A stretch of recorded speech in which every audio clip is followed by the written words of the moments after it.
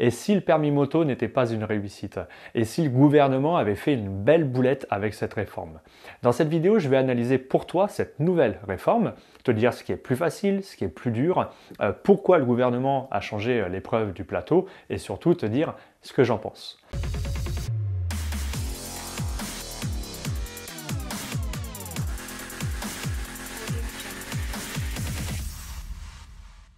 Si tu ne me connais pas, je suis Fred du site monpermismoto.com. Je suis formateur moto depuis 2004 et j'aide maintenant depuis 2015 tous les motards qui passent le permis moto grâce à mes formations vidéo sur mon site et à la communauté que j'ai réussi à former. Donc si on résume un peu grossièrement les plus gros changements, premièrement, on regroupe tous les exercices dans un seul parcours, donc un parcours qui dure maintenant environ 2 minutes 30 non-stop. Deuxièmement, on supprime les vérifs techniques. Et puis troisièmement, on supprime les fiches. À partir de là, on peut se demander pourquoi ces choix. Avant même d'analyser les différences du parcours avec l'ancienne réforme, il est clair que la raison de tout ça, c'est de réduire la durée de l'examen par candidat. Avant, 15 minutes étaient accordées pour la durée du passage d'un candidat au plateau. Le cahier des charges de cette nouvelle réforme permet tout simplement de gagner 5 minutes. On passe maintenant de 15 minutes à 10 minutes par candidat, donc 30% de temps gagné. Alors c'est bien, dans la logique, on peut se dire que ça permet de faire passer plus de candidats par jour. Ça, malheureusement, on verra dans le futur comment ça se passe, notamment pour les inspecteurs à ce niveau-là, puisque ça fait déjà pas mal de temps qu'on entend que même les examens moto pourraient être privatisés et donc faits en fait par des agents du secteur privé. Donc clairement, cette réforme n'a aucun objectif en termes de qualité d'évaluation des candidats. Le but ici n'a pas été du tout de créer un examen en phase avec la réalité sur la route. Et franchement, tu vas comprendre plus loin pourquoi c'est exactement l'inverse qui va se produire. Bon, là, normalement, à ce stade, tu comprends déjà un peu mon opinion sur la réforme. Alors concrètement, qu'est-ce qui change avec cette réforme? Et surtout, quel impact ça va avoir pour toi? On va commencer avec les points positifs, histoire de ne pas se déprimer tout de suite. Déjà, pour ceux qui ont connu l'ancien parcours, les dimensions de ce parcours n'ont pas changé. Et 95% des cônes, des piquets sont toujours au même endroit, donc pas besoin de tout réapprendre. Pour la poussée de la moto, franchement, c'est devenu une formalité. Un aller-retour en ligne droite et c'est fait. Alors qu'avant, on avait quand même un virage. Une fois la poussette terminée, on faisait les vérifs techniques. Ça, c'est fini. Bon, en soi, c'est pas non plus quelque chose d'ultra compliqué, ça vous a jamais posé tant de problèmes que ça.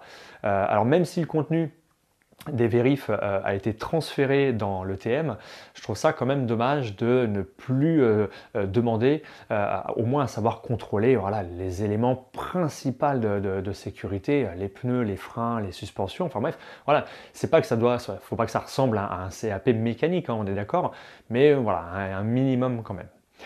Et ça, du coup, ça fait 15 ans en fait qu'on l'a mis en place sur le permis voiture pour se calquer en fait sur le permis moto. Et puis maintenant, on l'enlève du permis moto, mais toujours présent au permis voiture. Donc voilà, c'est pas très cohérent, je trouve. Ensuite, la partie chronométrée du lent.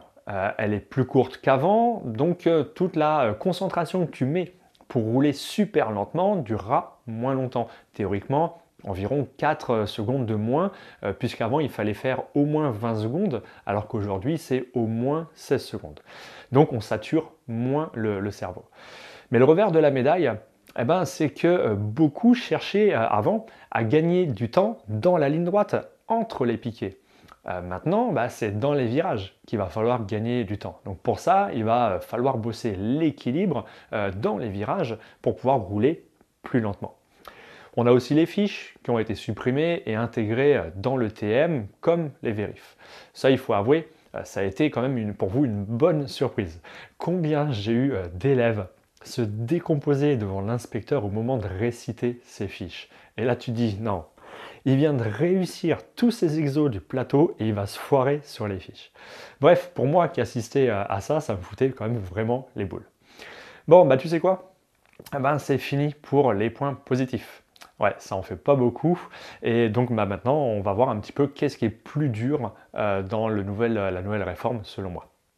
Tu vas voir que la première cause d'échec au plateau, selon moi, n'est pas du tout celle à laquelle tu t'attends. Et ça, c'est mon expérience en tant que formateur qui me permet de te le dire. Cette cause, je t'en parle dans quelques instants. D'abord, on a ce fichu parcours lent. On en a parlé plus tôt, il va falloir être plus lent partout puisqu'il n'y a plus de ligne droite pour gagner du temps. Ensuite, le demi-tour du lent, lui, ne change pas, donc ça, c'est bon. Par contre, pour la partie avec passager, c'est un peu plus dur qu'avant. Mais désolé de le dire, heureusement que ça a changé. Parce qu'honnêtement, ça ressemblait à rien en fait, hein. Avant, c'était juste une ligne droite avec une très légère courbe. Résultat, certains formateurs ne montaient derrière leur élève qu'une fois, voilà, histoire de dire qu'ils l'avaient fait et puis c'était tout. Là, finalement, on revient un peu au plateau de mon époque. Ça demandait réellement de le bosser pendant les cours pour ne pas se planter dessus à l'examen. Et c'est ce qui avait été perdu avec la dernière réforme. Pour l'allure normale, les parcours en eux-mêmes n'ont pas changé, mais par contre, c'est l'allure minimum qui a changé. Pour le slalom, avant, il fallait le faire à 35 km/h minimum sur le radar. Maintenant, c'est 40 km/h minimum. C'est 5 km/h de plus.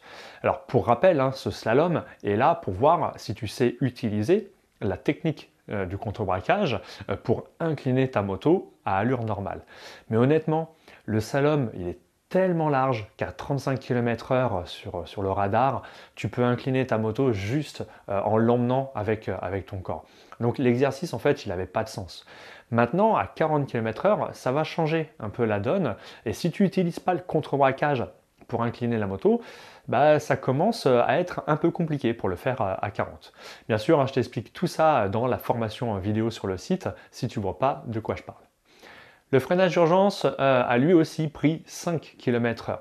Maintenant, il faut être à 50 km/h minimum sur le radar au lieu de 45 avant.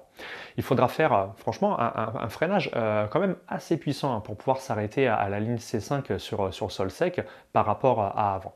Mais bon, normalement, ce changement ne devrait pas entraîner plus d'échecs que ça parce que ça reste quand même assez réalisable. Autre point non négligeable, je ne sais pas si tu as compté le nombre de demi-tours. Non, tu dois faire 5 demi-tours pendant ton exercice. Et franchement, ça commence à faire un bon paquet. Tu as celui du départ arrêté du parcours lent, celui après le demi-tour du parcours lent pour aller vers le bout de la piste, celui du freinage d'urgence, celui du passager et enfin celui de l'évitement. Ouais, ça commence à faire pas mal. Et donc forcément, ça augmente ton risque de te faire ajourner sur un demi-tour. Donc mon conseil, essaye de bien les travailler avec ton formateur en exercice à part, hein, vraiment en atelier. Et sinon, je pourrais te donner des exemples d'exos à faire pour les bosser si tu le souhaites. On monte d'un cran maintenant dans l'analyse. Alors j'espère que tu me suis bien, hein. Avant, tu passais ton lent, tu le validais avec un A ou un B, hein, peu importe, puis tu faisais tes exos à allure normale. Et si tu ratais par exemple ton premier essai sur l'évitement, tu faisais ton deuxième essai. Mais on ne touchait pas à ton résultat de ton parcours lent, à ta note, on l'a conservé. Sauf que maintenant, tu le sais, comme c'est qu'un seul exercice, si tu rates ton évitement, c'est tout l'exercice que tu dois recommencer, alors que tu avais réussi ton parcours lent. Et au deuxième essai, on peut imaginer que tu rates dès le lent, alors que tu l'avais réussi. Donc quand même les boules. Donc ça, c'est vraiment un gros point noir que je reproche à cette réforme. On arrive maintenant au dernier point, celui qui pour moi risque d'être la première cause d'échec. En fait, c'est une cause indirecte, c'est-à-dire que c'est pas une erreur du type renverser des cônes, le chrono qui est trop rapide, non. C'est plus subtil que ça.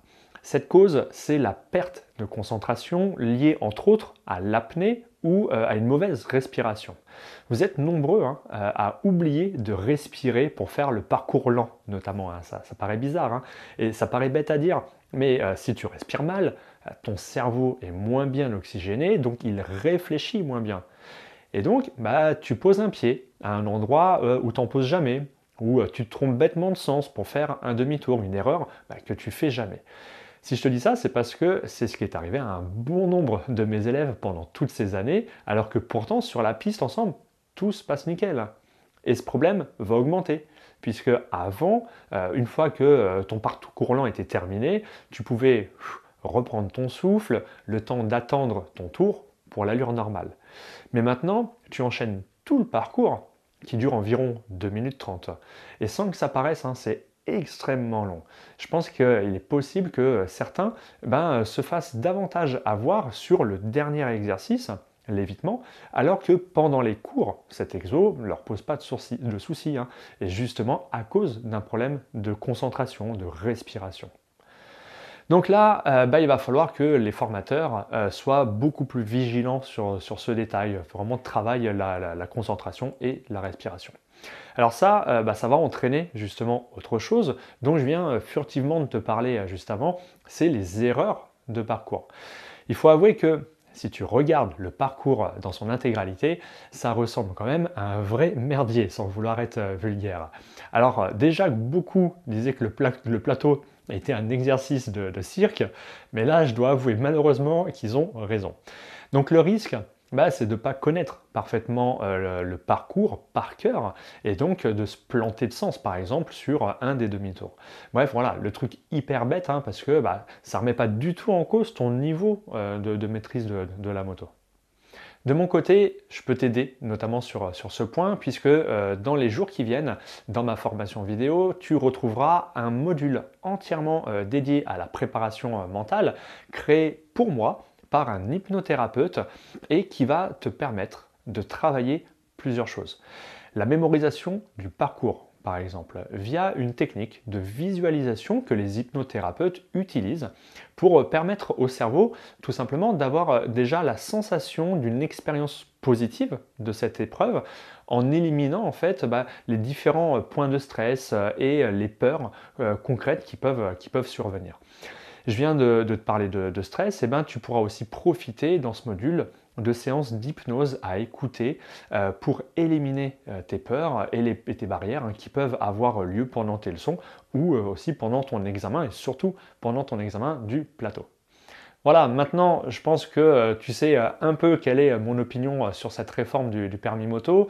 La seule raison, clairement, c'est réduire la durée de l'examen.